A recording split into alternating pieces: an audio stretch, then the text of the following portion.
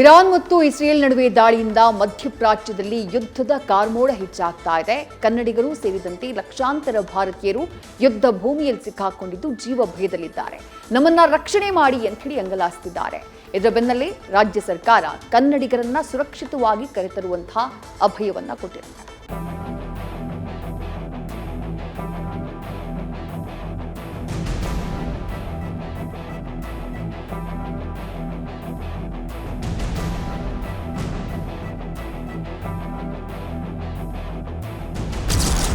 Iran Israel ನಡುವಿನ ತಾರಕಕ್ಕೇರಿದ ಯುದ್ಧ.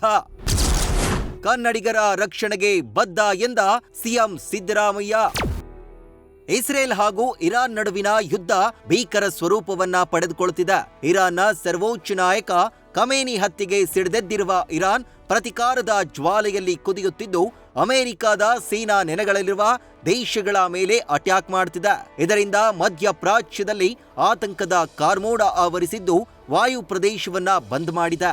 ಇದರಿಂದ ಇಸ್ರೇಲ್, ಯುಎಇ, ಇರಾನ್, ಕತಾರ್ ಸೇರಿದಂತೆ ಮಧ್ಯಪ್ರಾಚ್ಯ ರಾಷ್ಟ್ರಗಳಲ್ಲಿ ನೆಲೆಸಿರುವ ಕನ್ನಡಿಗರಿಗೆ ವಾಪಸ್ ಬರಲು ಸಾಧ್ಯವಾಗ್ತಿಲ್ಲ.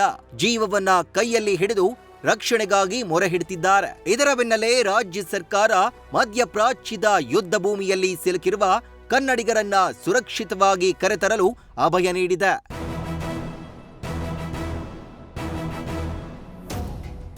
ಇಸ್ರೇಲ್ ಹಾಗೂ ಇರಾನ್ ನಡುವಿನ ಯುದ್ಧದಿಂದಾಗಿ ಇಸ್ರೇಲ್, ಯುಎಇ, ಇರಾನ್, ಕತಾರ್ ಸೇರಿದಂತೆ ಮಧ್ಯಪ್ರಾಚ್ಯ ರಾಷ್ಟ್ರಗಳಲ್ಲಿ ಸಿಲುಕಿರುವ ಕನ್ನಡಿಗರು ಪರದಾಡ್ತಿದ್ದಾರೆ. ಇನ್ನು ರಾಜ್ಯದಲ್ಲಿರುವ ಅವರ ಕುಟುಂಬಸ್ಥರು ಕೂಡ ಆತಂಕಗೊಂಡಿದ್ದಾರೆ. ಇದನ್ನ ಗಂಭೀರವಾಗಿ ಪರಿಗಣಿಸಿದ ಸಿಎಂ ಸಿದ್ದರಾಮಯ್ಯ ಕನ್ನಡಿಗರ ಸುರಕ್ಷತೆಗೆ ಎಲ್ಲಾ ರೀತಿಯ ಅಗತ್ಯ ಕ್ರಮಗಳನ್ನ ಕೈಗೊಳ್ಳುವ ಭರವಸೆ ನೀಡಿದ್ದಾರೆ. ಹಾಗೂ ಯುದ್ಧ ಪೀಡಿತ ರಾಷ್ಟ್ರಗಳಲ್ಲಿ ಸಿಲುಕಿರುವವರು ಸುರಕ್ಷಿತ ಸ್ಥಳಗಳಿಗೆ ತೆರಳುವಂತೆ ಎಕ್ಸ್ ಖಾತೆಯಲ್ಲಿ ಮನವಿ ಮಾಡಿಕೊಂಡಿದ್ದಾರೆ.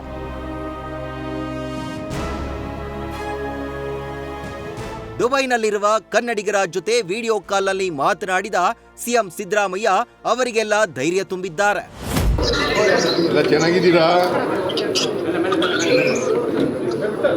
ಎಲ್ಲ ಅರೇಂಜ್ ಮಾಡಿದ್ದೀನಿ.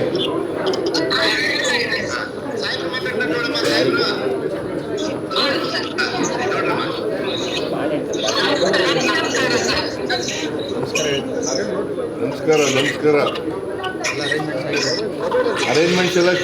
ಅರೇಂಜ್ಮೆಂಟ್ಸ್ ಎಲ್ಲ ಮಾಡಿದ್ದೀನಿ.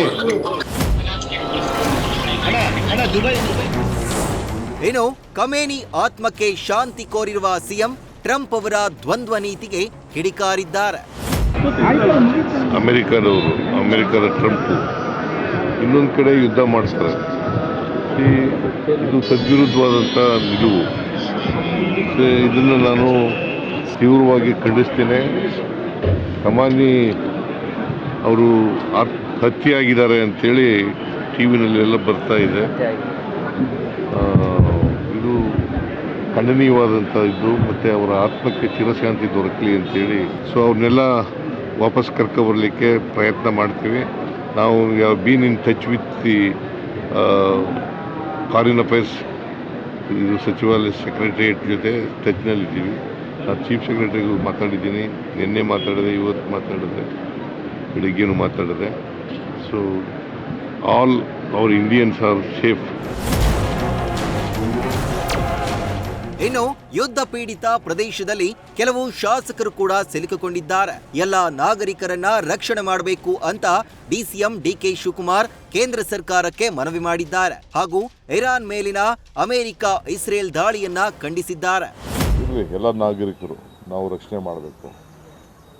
ಎರಡನೇದು, ಇದು ಏನು ನಡೀತಾ ಇದೆ ಇದು ಸರಿ ಇಲ್ಲ. ಇದು ನಮ್ಮ ದೇಶ ಶಾಂತಿ. ನಾವು ಯಾವಾಗಲೂ ಶಾಂತಿಗೆ, ತ್ಯಾಗಕ್ಕೆ ಗೌರವನ ಕೊಟ್ಕೊಂಡು ಬಂದಿದ್ದೀವಿ. ಇದಕ್ಕೆ ಇವತ್ತೇನು ಈ ದಾಳಿ ನಡೀತಾ ಇರೋದು, ಆ ಪುಟಾಣಿ ಮಕ್ಕಳು ಪಾಪ ಅವ್ರೇನು ಮಾಡಿದ್ರು ಮಕ್ಕಳು, ಆ ಮಕ್ಕಳು ಶಾಲೆ ಮೇಲೆ ಈ ರೀತಿ ದಾಳಿ ಮಾಡಿರೋದು ಇದು ಖಂಡನೀಯ.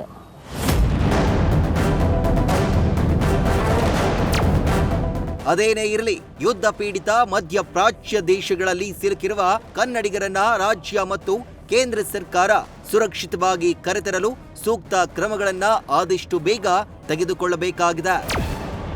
News first bureau. News first ನಿರ್ಭೀತಿಯಿಂದ ನಿಮ್ಮ ಪರವಾಗಿ.